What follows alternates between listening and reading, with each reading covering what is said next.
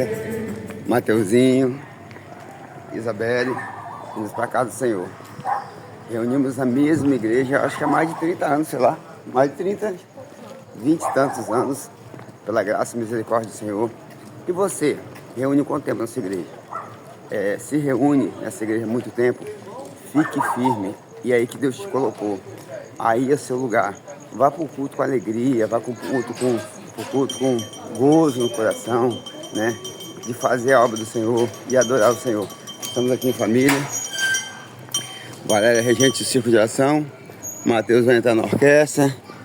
Isabelle, clarinetista da orquestra. Eu, maestro da orquestra. Estamos aqui, chegando. Aqui está o estacionamento da igreja. Ó. Estacionamento. Os carros já chegaram.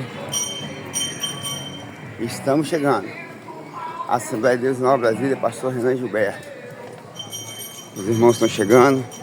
Isabelle adiantou os passos. Ei, Pai Senhor.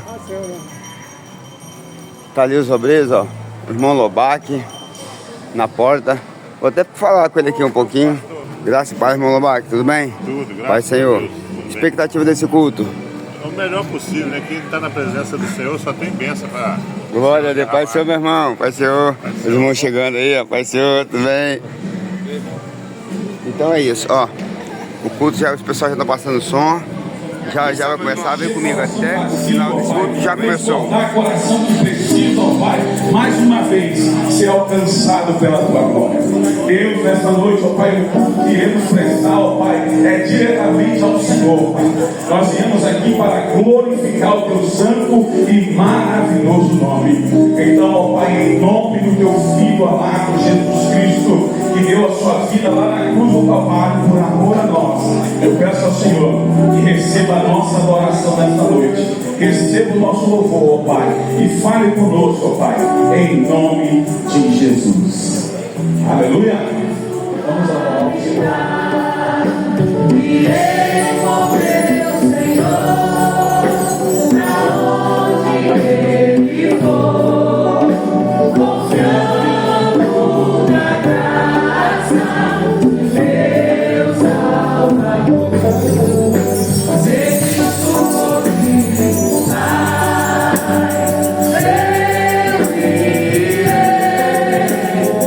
Não temerei, com gozo e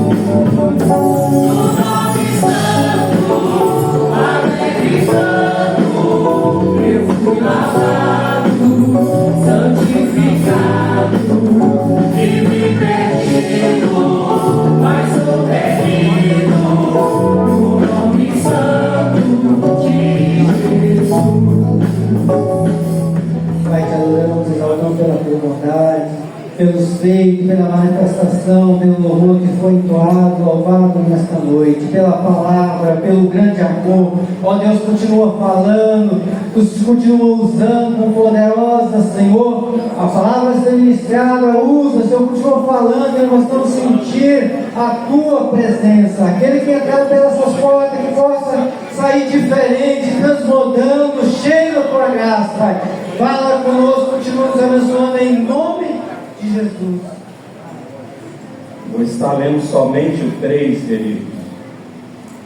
Aleluia. Versículo 3, João capítulo 12, no seu versículo 3. Aleluia. Então Maria, tomando uma libra de bálsamo de nardo puro, muito precioso, ungiu os pés de Jesus e os enxugou com os seus cabelos, e encheu-se toda a casa com o perfume do bálsamo. Hoje estamos aqui mais um domingo. Aqui, quando o texto relata, estava 6 dias da Páscoa. Jesus ali, ponto de exercer um do seu ministério mais lindo e mais importante. 6 dias de ser crucificado na cruz. Eu creio que Maria ali, usada por Deus, estava ali ungindo os pés de Jesus, exalando aquele perfume, e todo aquele ambiente foi tomado e perfumado. Qual o exemplo que nós tomamos aqui? Nós estamos aqui para adorar ao Senhor e oferecer o nosso melhor. Qual é o nosso melhor nesta noite? É a nossa obediência de servir a esse Deus poderoso, a esse Deus maravilhoso, exalando que o nosso perfume, a nossa melhor adoração, para que venha chegar as narinas do Senhor como um cheiro suave e agradável. Então aproveita essa oportunidade. Se nós olharmos no mesmo texto a qual João vai relatar, Judas, ele vai ficar preocupado, por que você não vende e pega, dá isso aos pobres? Mas pelo texto que nós vamos ler, ele não tinha essa preocupação, porque no mesmo texto ele vai dizer que Judas pegava daquele dinheiro a qual o ministério era exercido para levar a palavra. Então ele não estava preocupado, ele estava preocupado com o ganho. Eu não sei o que você veio fazer aqui nesta noite, mas eu vim para adorar. Será que nós viemos aqui preocupados em ter algum ganho de estar somente aqui nesta noite, ou até mesmo de ter medo de ir para o inferno? Mas não, vamos dar o nosso melhor, Senhor, a nossa adoração, para que o nome do Senhor venha a ser glorificado. Agradeço por tudo em seus efeitos. Então nesse momento nós vamos orar por todos os enfermos aqui da igreja, tá? Se você tem alguma enfermidade, vamos orar com fé, porque Deus pode fazer muito além daquilo que nós pedimos e daquilo que nós pensamos. Eu também quero oferecer aqui o culto em ação de graça pela passagem do Guilherme. O aniversário do Guilherme foi ontem, né? E também do diácono Evandro, que foi sexta-feira. Tá bom? Deus abençoe a vida de vocês. Como que a igreja vai dizer aos nossos visitantes? Sejam bem-vindos em nome de Jesus. Você tem liberdade para adorar a Deus. Feche seus olhos, enquanto a língua vai se preparando, vamos orar ao Senhor. Deus, nessa noite nós louvamos ao teu nome, engrandecemos ao Senhor, porque o Senhor vive e reina para todo sempre. Todas as pessoas enfermas descritas nessa lista, todas as pessoas, ó Pai, que precisam de um recurso, de um favor vindo do céu, que o Senhor abra as comportas do céu e manifeste a tua glória e o teu poder. E é a tua palavra que diz que tudo é possível ao que crê, e nós cremos que o Senhor faz, nós cremos que o Senhor está trabalhando ao favor daqueles que esperam no Senhor. O salmista diz: uns confiam em carros e outros em cavalos. Nós até, Senhor, acreditamos nos médicos, mas a nossa confiança, ela está no Senhor. A nossa confiança está no Rei dos Reis. Que o Senhor possa abençoar essas pessoas e colocar as mãos, ó Deus, na saúde. É o que eu te peço, que nós oramos em nome de Jesus. Amém. Pode se sentar. Nossa Marinho louvando ao Senhor. Ninguém pode impedir os projetos de Deus na nossa vida. Aleluia. Ninguém pode impedir o agir de Deus. Quando Ele agir, quando Ele se levanta com seu poder, com sua autoridade sobre as nossas vidas, não há homem, não há inimigo que possa impedir as bênçãos do Senhor. Então vamos glorificar o Senhor e vamos declarar que as bênçãos de Deus vai se cumprir na vida de cada um de nós. Amém?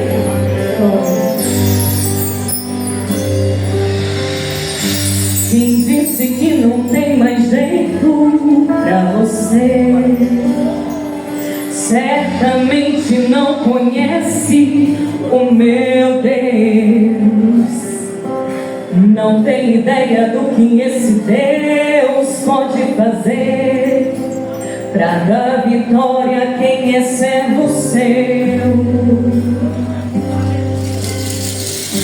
Quem disse que já está tudo acabado, que você já é um derrotado, desconhece o poder que seu Deus tem. Não sabe que Ele luta por você e o impossível Ele vai fazer. Mas uma coisa é certa, a vitória vem. Glória! Pra te dar vitória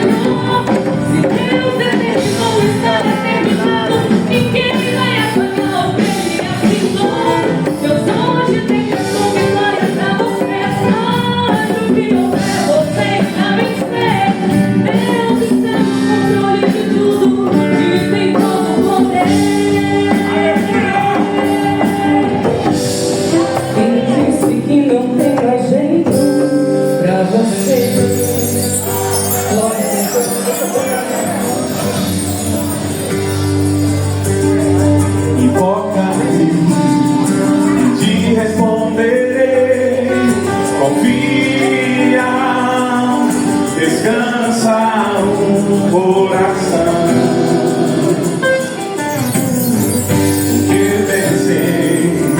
O que penso de ti, espera e te darei o melhor. As ondas bravias do mar, sossega a tua alma. Eu sou o Senhor que te cura, Senhor, arrasta o teu dedo e cuida de ti, e nunca te abandonarei. Ponha tua fé em meu nome e faz uma prova de mim. A tua oração eu já recebi e te responderei com teu poder.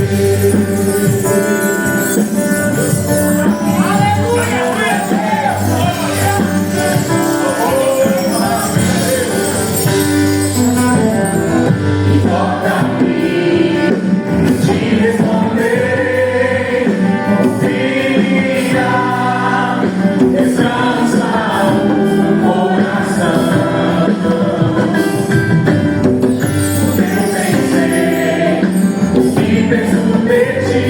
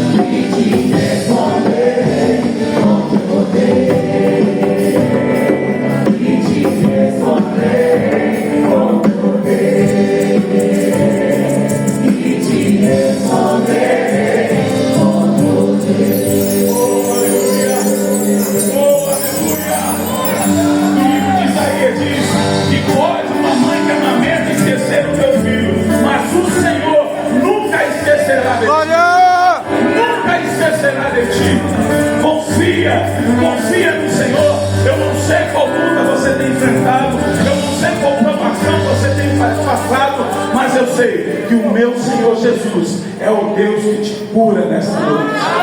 Aleluia! Glória e honra sejam dadas ao nome do Senhor. Ele é Deus. Ele é Deus. Aleluia! Oh Espírito. Nós estamos embaixo da promessa, irmãos.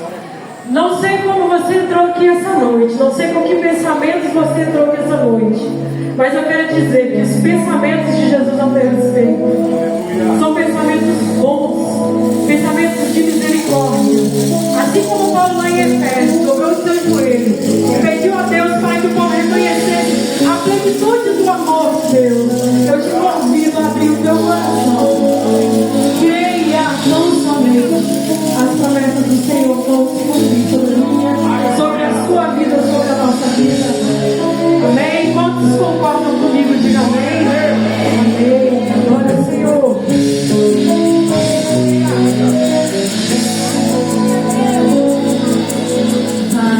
Ai, filho meu, você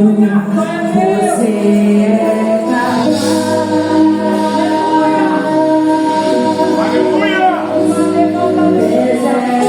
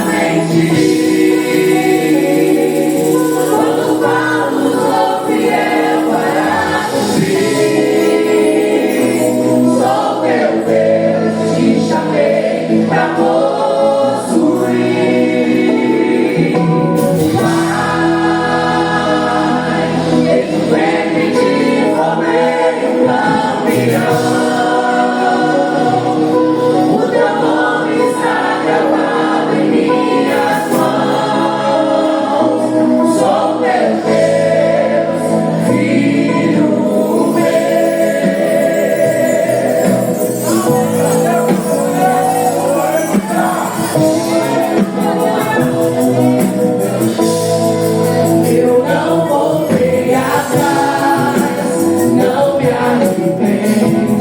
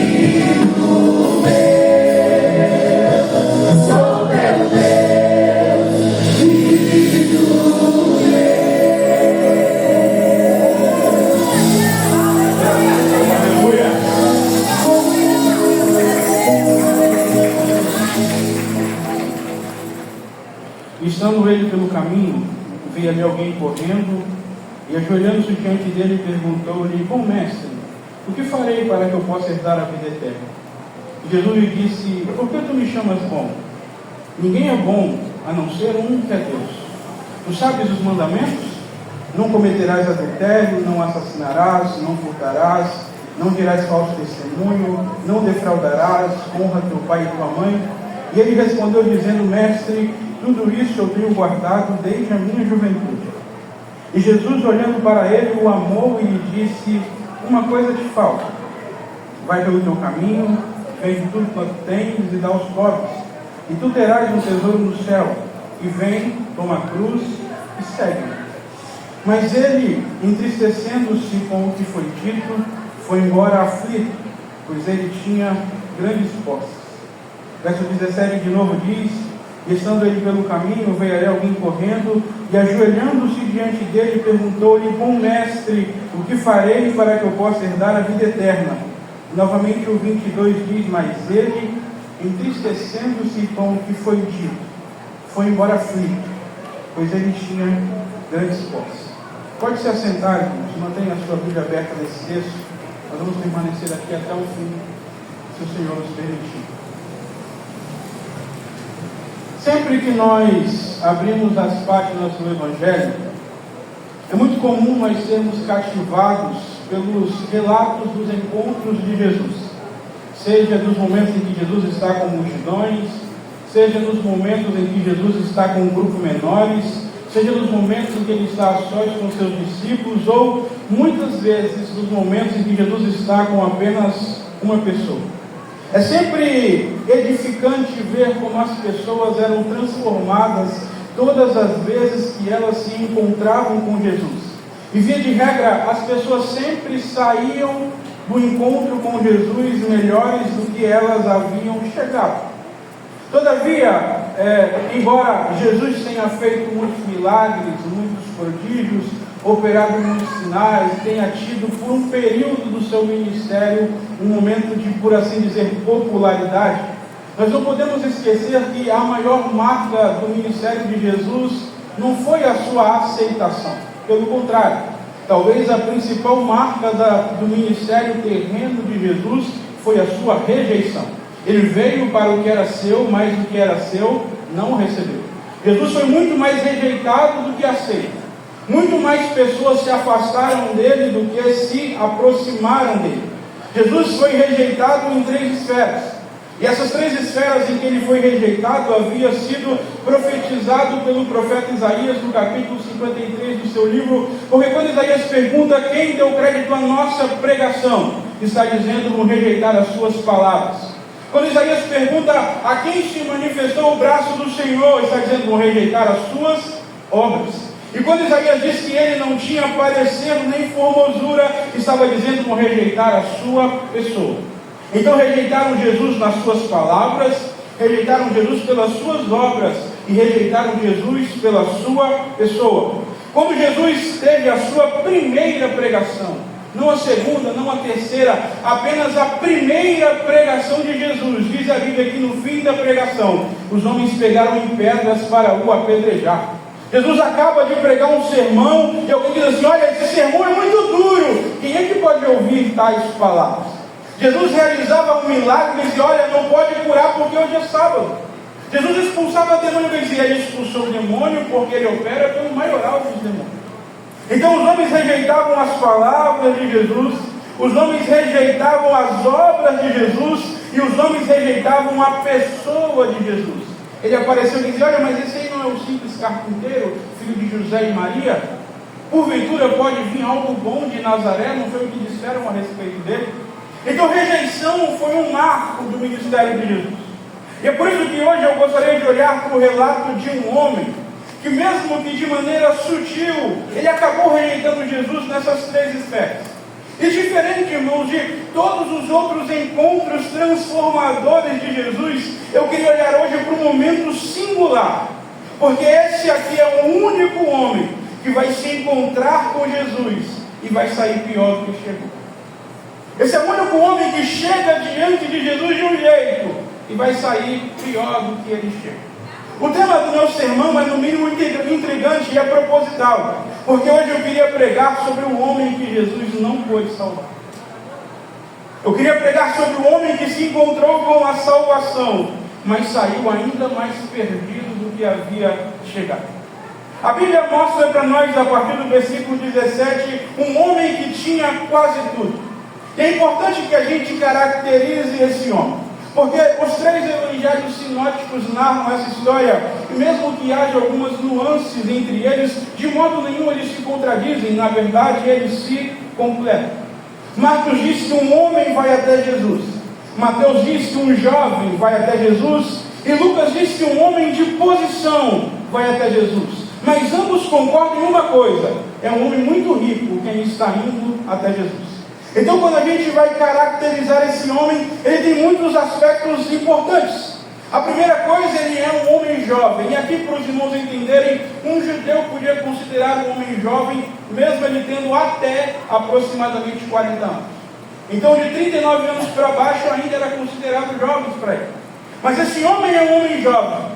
E quando a Bíblia destaca que ele é jovem, isso é importante para nós, porque fala que ele é um homem cheio de vigor, cheio de vida. Ele tem muita vida pela frente. Mas mesmo sendo um homem ainda jovem, diz a Bíblia, ele já é um homem muito rico. Ele já possuía muitas riquezas. Esse homem tinha tudo aquilo que o mundo podia lhe oferecer. Ele tinha luxo, ele tinha riqueza, ele tinha empregados ao seu dispor, tudo aquilo que o dinheiro podia comprar, esse homem tinha. Mas não apenas ser jovem, não apenas ser rico, esse homem é proeminente, porque diz a Bíblia que ele era alguém importante mesmo sendo jovem. Pessoas jovens não ganhavam cargos importantes. Pessoas jovens não tinham lugar de destaque dentro da religião judaica. E se esse menino ele tem um cargo importante, quer dizer que ele é proeminente, quer dizer que ele está à frente dos demais. Ele é alguém avançado, ele é alguém cheio de qualidades. Mas não apenas ter qualidades, ele é um homem muito virtuoso. Porque quando Jesus pergunta a ele a respeito dos mandamentos, ele diz assim: Senhor, eu tenho os obedecido durante toda a minha vida. Então o homem que se encontra com Jesus é jovem, é rico, é proeminente, é um homem cheio de virtudes. Mas embora ele tivesse muitas qualidades, ele fosse bem sucedido, ele tivesse boa fama, embora ele fosse um homem brilhante, esse homem que tinha quase todas as coisas, sentia que lhe faltava algo. Esse homem que possuía quase tudo, sentia que dentro de si havia um vazio que não havia sido preenchido ainda. E não importa quão boa fosse a sua vida, nem quantas posses ele tinha, ainda havia uma lacuna muito grande no seu coração. Ele sabia que lhe faltava alguma coisa. E percebendo que lhe faltava alguma coisa, esse homem vai ter uma oportunidade singular. Porque diz a Bíblia que, num ato de coincidência, Jesus vai acabar cruzando o caminho desse homem. Esse homem que tem anseios, esse homem que sabe que algo lhe falta, vai agora cruzar com o caminho de Jesus, que estava a caminho de Jerusalém. É interessante que diz a Bíblia que quando ele vê Jesus ali, aquele profeta de Nazaré, tão famoso naquele período, que certamente aquele jovem havia ouvido muitas coisas ao seu respeito, diz a Bíblia que quando ele vê que é Jesus que está ali, ele corre ao encontro de Jesus. Pode parecer um ato comum, mas não era normal dentro daquela cultura homens importantes correrem pela rua. Homens importantes não corriam. Porque quando eles tinham pressa e urgência por algo, eles sempre tinham pessoas para fazer isso por eles. Então as pessoas, ele precisava de algo, ele mandava um empregado, ele mandava um servo. Então pessoas importantes não corriam pela rua, não era normal, não era ético. Mas diante da possibilidade de se encontrar com Jesus, aquele homem não manda um outro ali, ele não manda um servo, por quê? Porque ele não pode terceirizar a sua necessidade no momento. Ele não pode passar para outro a sua real necessidade. E qual é a sua necessidade? É a alma dele anseia por Deus, e ele precisa resolver isso de uma vez por todas, e a chance perfeita está ali. Jesus está perto dele. Ele corre até Jesus, e não obstante correr até Jesus, quando ele encontra com Jesus, ele vai se lançar aos pés dele. Irmão, um judeu raramente se colocaria aos pés de outro homem. Isso era um sinal de humilhação extrema, e na maioria dos casos eles só ousavam fazer isso perante Deus. Mas esse homem corre até Jesus, ele se lança aos pés de Jesus, e ele vai lisonjear Jesus, ele fala: bom mestre. Novamente, isso também não é comum. Ninguém se reportava a outro homem pelo título de bom. Que Jesus era mestre, todo mundo reconhecia, até os seus adversários reconheciam que ele era mestre. Mas nenhum outro homem chamou ele de bom mestre, e esse homem está chamando, está lisonjeando Jesus, reconhecendo Jesus, dizendo: Jesus, tu és bom. Então perceba, ele corre até Jesus, ele se prostra aos pés de Jesus, ele chama Jesus de bom, e diante de Jesus ele faz a pergunta mais importante do mundo. Ele fala: Jesus, o que eu devo fazer para obter vida eterna? Irmãos, as pessoas estavam sempre pedindo coisas a Jesus. Alguém encontrava: Jesus, o meu servo está enfermo, ele precisa de uma cura. Jesus, a minha filha está doente, precisa de cura. Senhor, a minha sogra está doente, precisa de cura. Os homens estavam sempre pedindo coisas a Jesus. Foram poucas as pessoas que diante de Jesus, de fato, souberam aproveitar a sua presença para conseguir dele algo concreto e importante. Por exemplo, os discípulos andavam com Jesus o tempo inteiro e não pediam milagres. Eles diziam: Jesus, ensina-nos a orar. Irmão, mas milagre não é importante? Não é isso que eu estou dizendo. Agora, milagre é algo que passa. Jesus não ressuscitou Lázaro, sim ou não? Lázaro não tornou a morrer. Ele ressuscitou o filho da viúva de Naim, sim ou não? Sim, ele não tornou a morrer. Então milagre é bom, mas passa. Agora o crente que começa a orar na terra nunca passa, porque ele começa a falar com o Pai aqui e vai passar a eternidade inteira se relacionando com ele. Então diante de Jesus ele faz a pergunta mais importante. Ele fala: Senhor, o que eu devo fazer para obter vida eterna? E nós vamos fazer um recorte aqui, tá? Nada do que esse homem está fazendo é normal. Ele está quebrando muitos padrões, ele está quebrando muitos paradigmas, ele está quebrando muito da ética do seu tempo. Porque ele vai correr aos pés de um profeta, de um mestre, ele vai se lançar aos pés dele, ele vai chamar de bom, ele foi na pessoa certa, ele teve a postura certa, ele fez a pergunta certa. Provavelmente todos nós olharemos para esse homem e: olha, esse aqui é um verdadeiro adorador.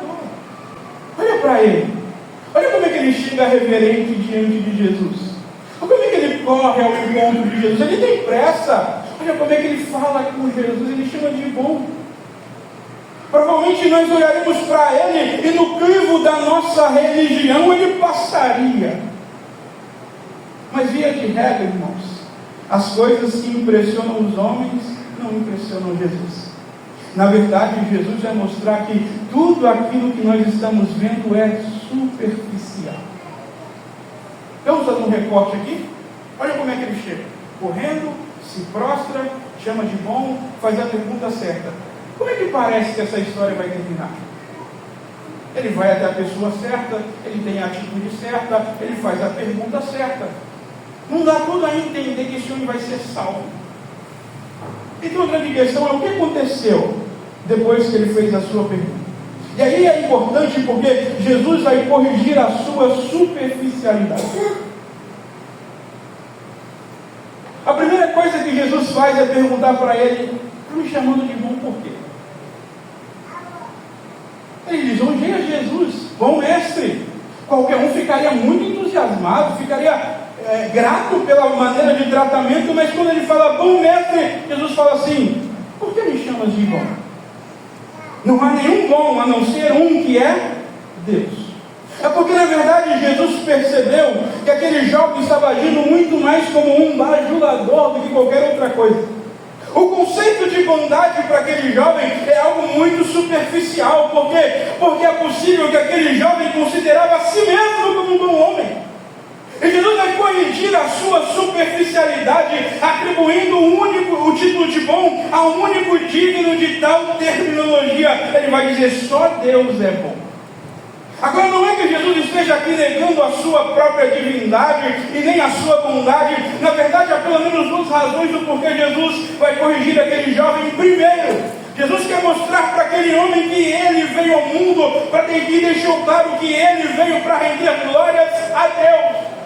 Sempre que os homens tentavam lisonjear Jesus, engrandecer Jesus, elevar Jesus, Jesus virava toda aquela glória para o Pai, ele rendia toda aquela glória para o Pai, ele apontava para o seu Pai, para que os homens entendessem que Deus é digno de glória. Por exemplo, na passagem dos 10 leprosos, diz a Bíblia que ele curou os leprosos e eles não voltaram para agradecer. Jesus não ficou triste porque os leprosos não voltaram para lhe agradecer, mas ele ficou triste porque os leprosos não voltaram para agradecer a Deus. Eles não voltaram para dar glórias a Deus. Mas a segunda razão pela qual Jesus vai corrigir a terminologia de bondade é porque aquele homem não está chamando Jesus de bom porque ele tem um correto entendimento de quem Jesus é. Não é que Jesus é bom aos olhos daquele homem porque ele considera Jesus Deus. Porque se ele identificasse Jesus como Deus, ele teria obedecido as palavras de Jesus. Agora, uma questão importante é: o que é bondade? Por que Jesus precisa corrigir o conceito de bondade daquele homem?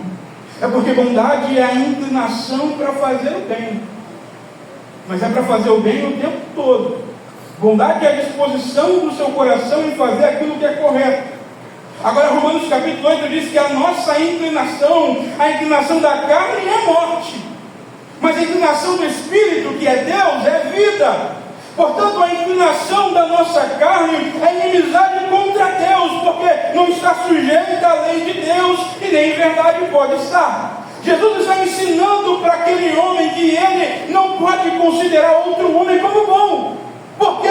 Porque não existem bons homens, nem bons mestres, muito menos existe o bom crente, mas o que existe é um bom Deus, porque os homens têm atos esporádicos de bondade, mas Salmo 52 diz que o nosso Deus, a sua bondade permanece continuamente. Os homens agem com bondade aqui e caem logo à frente, mas a Bíblia diz que Deus é luz e não há nele treva nenhuma. Portanto, Deus é bom o tempo todo. O tempo todo o nosso Deus é bom.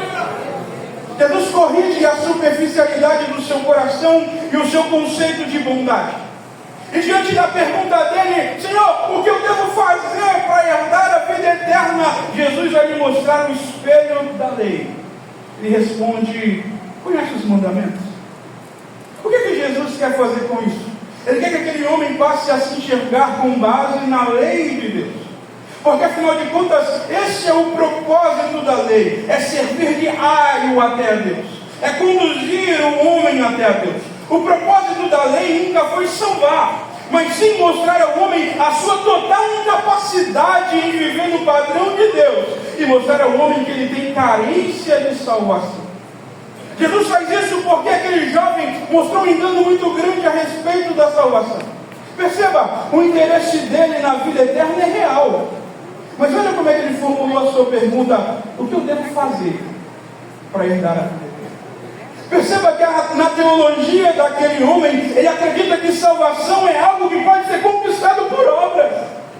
Ele está pensando em obras de justiça. Ele quer que Jesus dê para ele uma lista do que ele precisa fazer, para que depois ele possa alcançar a salvação pelas suas próprias forças, pelo seu próprio mérito.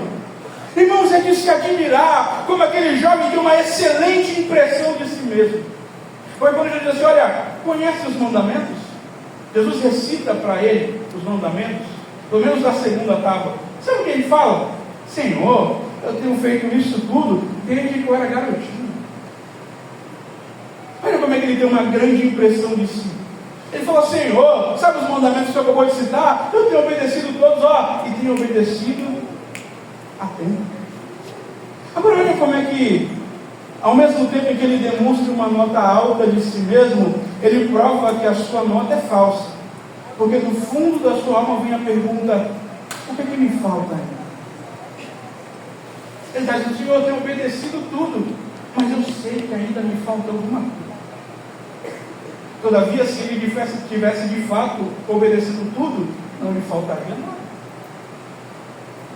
Mas olha como ele olha para dentro de si, e ele não conhece reconhecer as suas próprias misérias, não consegue reconhecer a sua própria falibilidade. E aí, como Jesus mostrando o espelho da lei, ele ainda assim se mostra alguém pronto. Jesus vai mostrar para ele agora a exigência da lei. Porque o espelho te mostra, mas a exigência revela como você está longe. Porque o texto de Mateus diz assim: olha, já que você tem feito tudo isso, se você quer ser perfeito, uma coisa te falta. E aqui está o grande problema da lei. É porque a lei exige perfeição o tempo inteiro. A lei exige que a gente seja perfeito o tempo todo. E Jesus vai e diz: olha, já que você tem vivido tão bem como você disse que tem vivido, Jesus não questiona, tá, que ele tem obedecido aqueles mandamentos. O que Jesus vai dizer: olha, falta-te uma coisa. Porque se você quer ser perfeito, irmãos, Jesus como pregador nos dá uma lição muito importante. A primeira coisa que nós devemos mostrar ao homem quando ele chega buscando salvação é mostrar para ele a sua debilidade, é mostrar para ele a sua pequenez, a sua fraqueza. O homem precisa entender que é ele quem precisa de Deus e não Deus quem precisa dele. Ninguém pode buscar salvação a menos que se reconheça como pecador. É por isso que a lei veio antes da cruz, porque a lei me mostra que eu preciso de salvação e a cruz me mostra o meu Salvador. A lei me mostra que eu tenho uma necessidade, a cruz me mostra que Jesus Cristo satisfaz todas as nossas necessidades. Glória a Deus! Diante do espelho da lei, ele precisa olhar e perceber como ele é um homem débil e cheio de pecado. E Jesus diz assim: uma coisa te falta. Jesus não vai discutir teologia com ele. Jesus vai dar ordens para ele. Ele fala assim: meu jovem, vai, vende tudo que você tem e dá aos pobres. Irmãos, eu gosto das palavras que Jesus usa, porque Jesus não desperdiça palavras. Esse homem chega e fala: Jesus, eu tenho vivido uma vida completamente reta. Aí sabe qual é a primeira ordem de Jesus? Volta. Sabe esse caminho que você tem dito que é reto o tempo todo? Volta. Volta, mas agora volta com a lei no seu coração. Volta esse caminho que você tem trilhado. Você está sentindo perfeito demais, crente demais, santo demais. Você vê estar aqui cheio de pompa, rapaz. Agora eu tenho a primeira ordem. E a primeira ordem é: volta pelo teu caminho. E você vai perceber como você não é quem você pensa que é. E ele fala: vai, vende tudo quanto tens e dá aos pobres. Irmãos, é importante frisar o que Jesus não está fazendo. Primeira coisa, Jesus não quer dizer que alguém pode ser salvo se vender tudo que tem e dar aos pobres. Ninguém pode comprar salvação com ação social. Não é isso que ele quer dizer. Por exemplo, no texto de Atos capítulo 4, versículo 32, a Bíblia diz que os homens davam as suas posses e depois eles eram salvos. Mas diz a Bíblia que os discípulos que já haviam crido pegavam as suas posses, vendiam e distribuíam. Então eles não faziam para serem salvos, eles faziam porque já eram salvos. Então Jesus não está querendo dizer aqui que você pode conquistar salvação vendendo tudo que tem, fazendo obra social. Jesus também não está colocando o vender todas as coisas como condição para seguir a Ele. Perceba, os discípulos deixaram tudo, mas não venderam tudo. Deixou barco, deixou rede, deixou casa, mas não vendeu casa, não vendeu rede, não vendeu barco. Então vender tudo não é uma condição. Jesus também não está colocando uma pobreza como uma qualidade para quem quer o servir. Os patriarcas eram ricos, Jó era rico, José governador, Daniel também, Davi, Salomão, todos os homens ricos. Não é que a pobreza é um caminho para o céu. O que Jesus está fazendo na verdade, irmãos, é pondo o dedo no ponto nevrálgico da vida daquele homem, literalmente, pondo o dedo na ferida.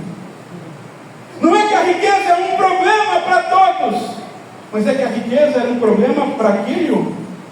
É curioso, irmãos, que Jesus, quando vai confrontá-lo com a lei, ele só cita as leis da segunda tábua. Ele só fala sobre as leis que dizem mais sobre a relação do homem com os outros homens. E é interessante que aquele homem vai perceber que na verdade não era necessário que Jesus citasse a primeira tábua da lei, porque aquele homem já havia quebrado a segunda. Porque a segunda dizia que ele deveria amar o próximo como a si mesmo. Mas a verdade é que todas as posses daquele homem eram só dele e para ele. Ninguém mais era beneficiado pelas coisas que aquele homem tinha. E quando ele mostra claramente que ele não amava o próximo como a si mesmo, ele também já havia quebrado o primeiro mandamento. Porque aquele que não ama o seu irmão que vê, também não pode amar a Deus que não vê. Jesus vai confrontá-lo com o seu pecado. Jesus vai pôr o dedo na sua ferida. Por quê? Porque os homens, quando chegam diante de Jesus, precisam enxergar os seus problemas. Jesus comumente fazia isso. Diz a Bíblia em João capítulo 3 que Nicodemos, um mestre da sinagoga, chegou até ele e disse: Jesus, eu bem sei que tu és mestre vindo da parte de Deus, porque ninguém pode fazer os sinais que tu fazes se Deus não for com ele. Olha o lisonjeio. Olha como é que ele chega elogiando Jesus e ele falou: Nicodemos, você precisa nascer de novo. Aí ele fala: Senhor, como que pode um homem velho nascer de novo e vai entrar novamente no ventre da sua mãe e nascer? Olha a resposta de Nicodemos: você é mestre em Israel, mas não conhece o básico sobre salvação. Você é mestre de todo mundo, mas o princípio básico da salvação você não sabe. Nicodemos, toda a sua pompa, toda a sua religião não importa. O que você precisa fazer é nascer de novo. Quando Jesus se encontra com a mulher samaritana, diz a Bíblia que ele fala sobre água viva. Acaba e fala: Senhor, dá-me desta água para que eu não possa mais ter sede. Ele fala: eu até te dou dessa água, mas Senhor, porém, vai lá e chama o teu marido primeiro. Ela fala: Senhor, não teu marido. Ele fala: disseste bem, porque te daste 5, o que você tem agora não é seu, que é água viva eu até te dou, mas vamos tratar as suas feridas primeiro, vamos cuidar dos seus pecados primeiro. Quando Jesus chega no tanque de Betesda, tem muitos homens para ele curar, ele seleciona um, vai até que ele fala: ô, quer ser curado? Ele fala: eu quero, só que não tem ninguém para me levar até a água, sempre vem alguém primeiro que eu. Ele fala: não é isso que eu estou falando, faz o seguinte, fica em pé. Aquele homem é curado imediatamente. Ele falou: agora você vai levar a sua cama. Alguém disse: Jesus não vai levar a cama porque ele tem que olhar para a cama todo dia para nunca se esquecer de onde veio. Até é, mas não é só isso. As palavras de Jesus foram: oi, você está curado agora, mas vai e não peques mais para que não te aconteça algo pior. O que Jesus está dizendo é que foram os pecados daquele homem que o colocaram naquela condição de ficar há 38 anos prostrado. E agora que ele está de pé, ele diz: opa, você quer continuar de pé, rapaz? Quer continuar andando, caminhando? Então, deixe os seus pecados para trás. Não largue apenas o tanque, não largue a cama, mas coloque a cama nos ombros e se lembre que o Deus que te colocou de pé exige agora que você viva para Ele e abandone a sua vida de pecado. Em João capítulo 8, eles trazem uma mulher adúltera até ele, e depois que todo mundo vai para falar: cadê os seus acusadores? Ninguém te condenou? Ela falou: não. Ele disse: eu também não te condeno, mas vai, não peques mais. Ele põe o dedo na ferida. Ele mostra para os homens que se eles querem salvação, eles têm que aprender a lidar com os seus pecados passados. Você se lembra quando Jesus encontra com o homem de Gadara? Diz a Bíblia que aquele homem estava possesso, vivia uma vida pregressa, completamente destruída. Aquele homem era um protótipo do que o mal faz quando entra na vida de um homem. Depois que Jesus fala com ele, expulsa os demônios dele, porque ele vai ficar limpo, são, em pé, é outra pessoa. Essa que ele pede para Jesus: Jesus, eu quero te seguir. Jesus fala assim: não vai não. Sabe o que você vai fazer agora, rapaz? Você vai voltar para a sua família. Jesus, mas por quê? É porque a sua família sofreu muito nas suas mãos quando você estava possesso, e agora você tem que voltar cheio da graça de Deus e ser bênção no lugar que você foi maldição, e ser motivo de graça no lugar que você trouxe tristeza. Volta lá para a sua família, para que eles entendam aquilo que o Senhor fez quando se encontrou com a sua vida. Jesus toca na nossa ferida. Ele vai onde mais dói em nós, naquilo que domina e governa o nosso coração. Agora diz a Bíblia que depois dessas ordens de Jesus, contrariando tudo que parecia no início, aquele jovem que chegou correndo, se prostrando, elogiando, fazendo a pergunta certa, diz a Bíblia que ele vai agora ficar muito triste. A expressão que a Bíblia usa aqui é semblante caído, semblante enuviado. É como se o rosto dele desfigurasse completamente. E aquele homem que estava com cara de entusiasmado, de repente cai todo o seu semblante. Quando diz a Bíblia que ele olhou tudo que tinha, e vendo que ele tinha muito a perder, ele desprezou os tesouros do céu. Ele chegou animado, se lançando aos pés de Jesus, querendo vida eterna. Saiu triste. E os mesmos pés que correram até o encontro de Jesus, ele agora usa para se afastar lentamente de Jesus. Lembra que eu disse? As coisas que impressionam os homens nem sempre impressionam Jesus. Todo mundo olharia para aquele ato de um homem correndo, se prostrando, chamando de maneira: esse camarada aí vai ser o próximo dos discípulos. Mas de repente tudo isso muda, porque quando ele pesa na balança do seu coração, aquele homem ama mais as riquezas do mundo do que a glória de Deus. Ele foi até a pessoa certa, com a atitude certa, fez a pergunta certa, ouviu a resposta certa, mas tomou a decisão errada. Agora, dentre todas as coisas que me chamam a atenção nesse texto, talvez seja aqui que a minha atenção ficou mais presa. É que quando Jesus fala para ele sobre as condições, e diz a Bíblia que aquele jovem se vira e vai embora, sabe o que Jesus faz? Jesus o deixa ali. O que mais me impressionou nesse texto foi que quando aquele jovem decidiu ir embora, Jesus simplesmente deixou ele embora. Não está escrito aqui que quando ele fez a pergunta, Jesus amou ele? Amou e amou mesmo. Jesus não recebeu ele bem? Recebeu ele bem. Ele não chegou todo entusiasmado? Chegou entusiasmado. Mas quando aquele jovem se virou para ir embora, Jesus simplesmente deixou ele ir. E sabe por que deixou ele ir? Porque o problema daquele jovem não é a resposta que ele ouviu.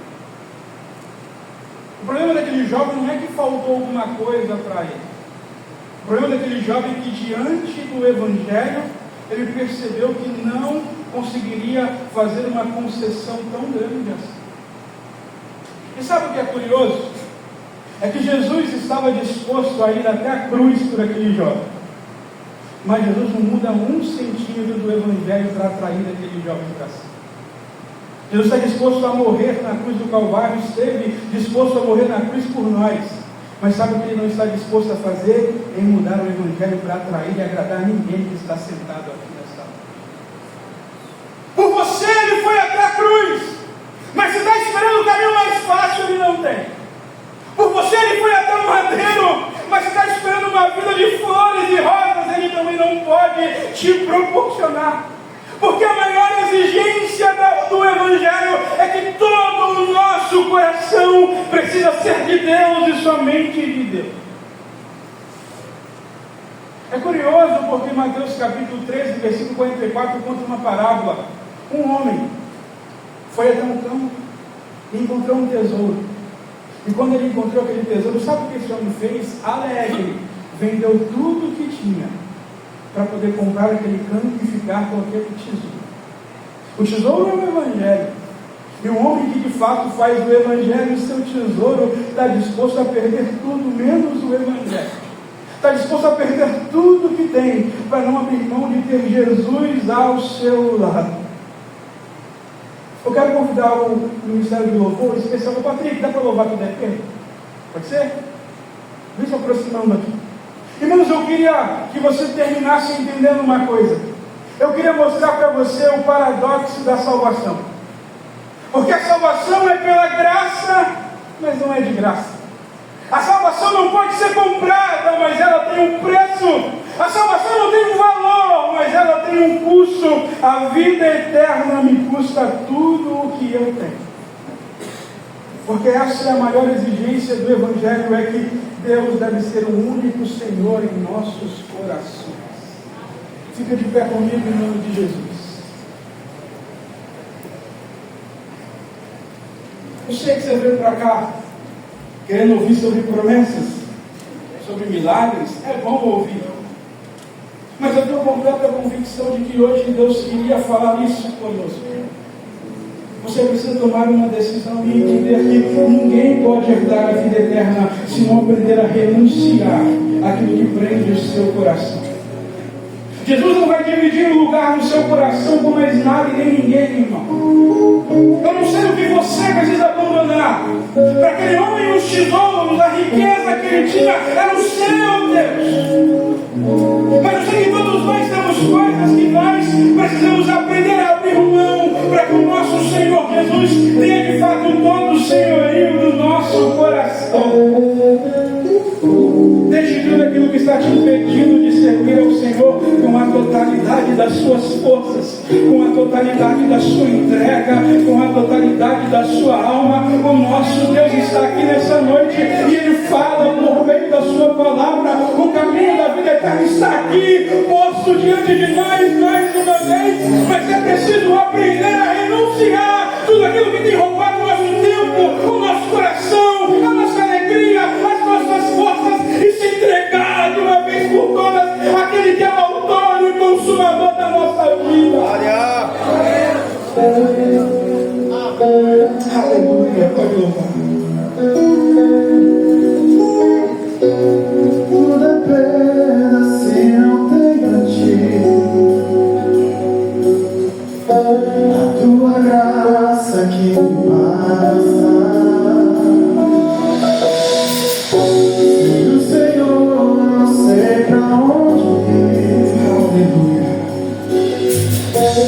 Tua presença nada importa. O que adianta eu ganhar o mundo?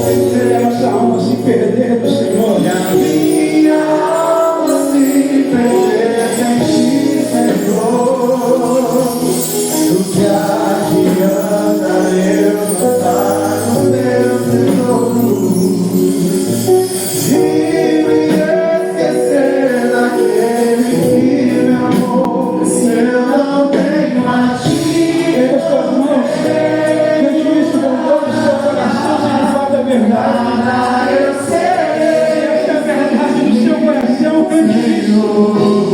Sua presença dele é uma glória.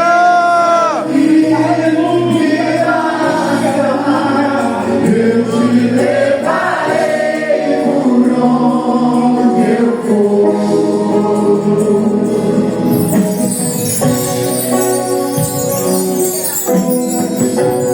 Tudo apenas uma vez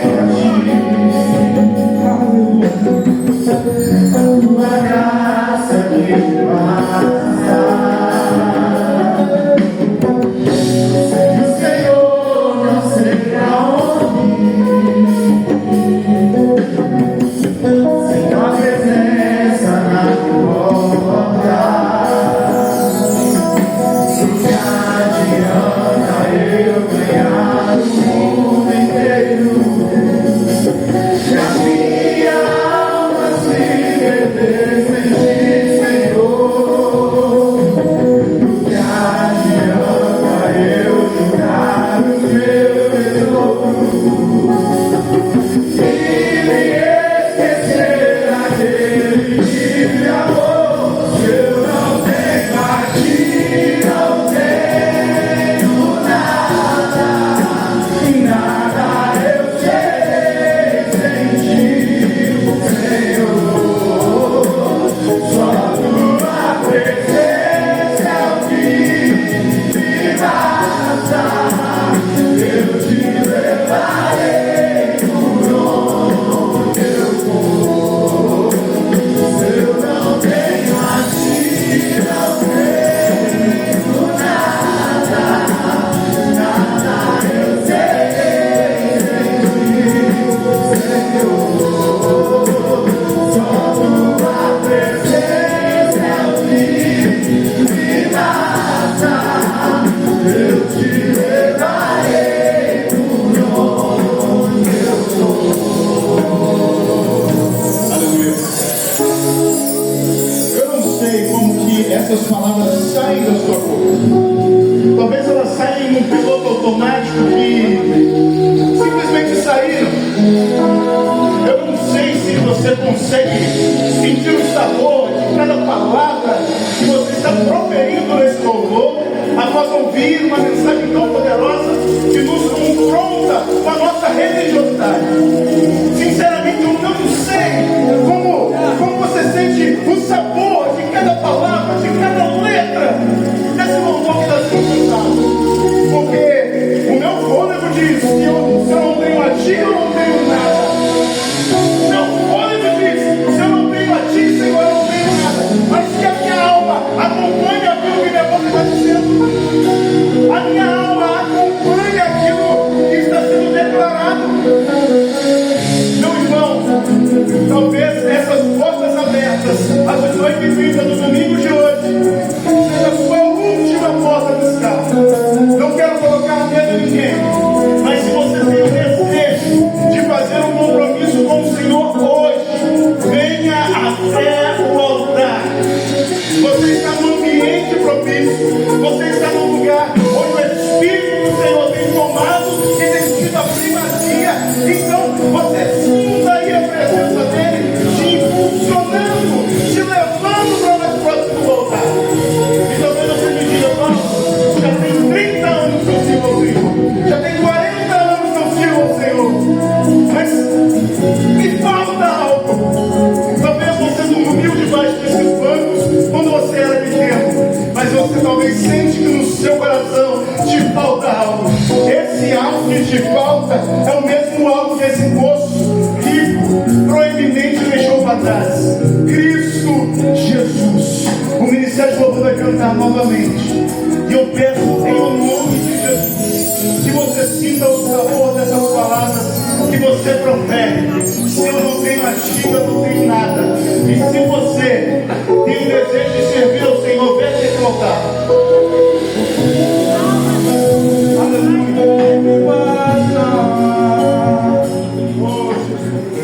Eu me alegrarei sem ti, Senhor.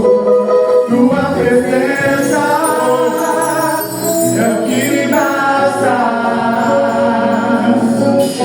Quem sou eu sem teu amor, Senhor? Tua presença dele é o que me basta. Ele as suas mãos ao céu, declara isso com tudo que a alma, com o seu entendimento. Porque a presença dele te basta.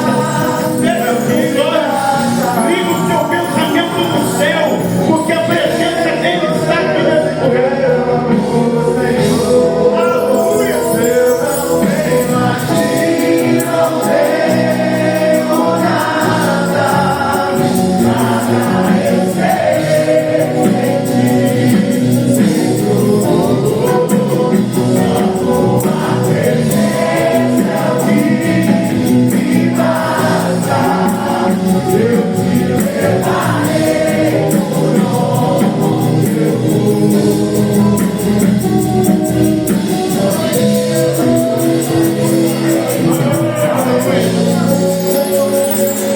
Será que você sente a presença dele aí? Será que você consegue sentir a presença dele aí? Ou mais uma vez tu vai virar as costas e ir embora, só porque sabe que para seguir a ele é difícil, é segundo a vontade dele, não a nossa? Será que é mais uma vez que essa oportunidade vai bater a sua porta e você vai deixar ela passar?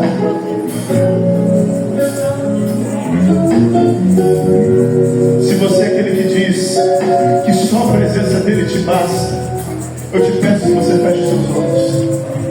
Senhor Deus, nós te louvamos pela tua bondade, Jesus. Nós te adoramos porque tu és santo, tu és bendito, porque a tua graça e a tua misericórdia se renovam todas as manhãs. Quando diz aí a tua igreja, um povo, Senhor, que diz que ama ao Senhor, que teme a ti, que entende que sem a tua presença nada faz sentido e nada vale a pena. Um povo, Senhor, que respira o Evangelho, que transpira o Evangelho. Eis aí, Senhor, um povo que deseja mais de ti, porque demonstra isso vindo à tua casa, Senhor. Mas, meu Deus, nós te pedimos que o Senhor nos liberte das amarras da religiosidade. Nós te pedimos, Deus, que o Senhor nos liberte dessas escamas religiosas que tentam nos cegar, que tentam nos neutralizar, Jesus. Meu Deus, nós não podemos fazer nada para alcançar a bênção da salvação. Não foi nada que fizemos que nos leva a Ti, mas apesar de toda a nossa vida pregressa, o Senhor nos alcançou, o Senhor nos chamou, o Senhor nos amou e o Senhor se entregou por nós. Meu Deus, sendo a Tua igreja, Pai, é o que nós te pedimos nessa noite. Eterno e poderoso Deus, graças te damos, ó Deus, por tudo que já tem nos concedido. Ó Deus querido, aqueles que estão hospitalizados, Senhor, vai que encontra todo mal de enfermidade, repreende no poder do Teu nome. Pai Celestial, dando, Senhor, a nós, Senhor, a noite feliz, coberto embaixo do Teu sangue. Fala conosco, Senhor, através de sonhos, revelações, ó Pai. Toma, Senhor, a Tua igreja na nação, despede-nos em paz. É o que nós pedimos e agradecemos no nome de Jesus. Amém, Jesus. Amém. Tenta a mão para cá, irmão. Que o grande amor de Deus, a doce comunhão do Espírito Santo, seja com todos que amam e aguardam a vinda de Jesus desde agora para sempre. Amém. Deus abençoe, irmão. Paz para você. Lembrando, irmãos, que tem uma cantina abençoada.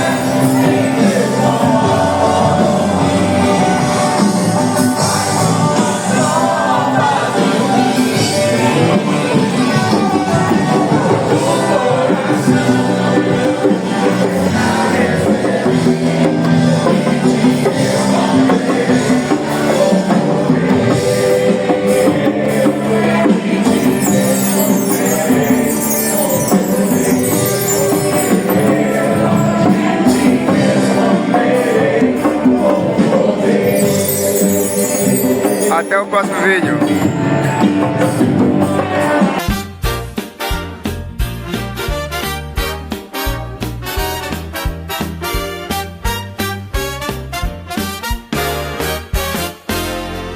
Os guerreiros se preparam para a grande luta.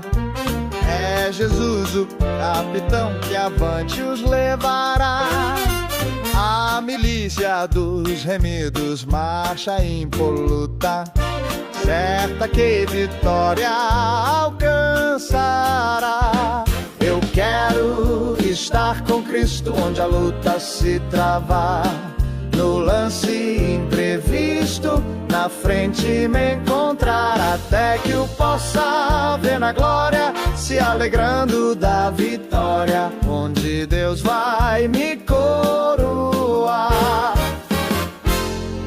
Eis os batalhões de Cristo prosseguindo avante, não os vê com que valor combatem contra o mal.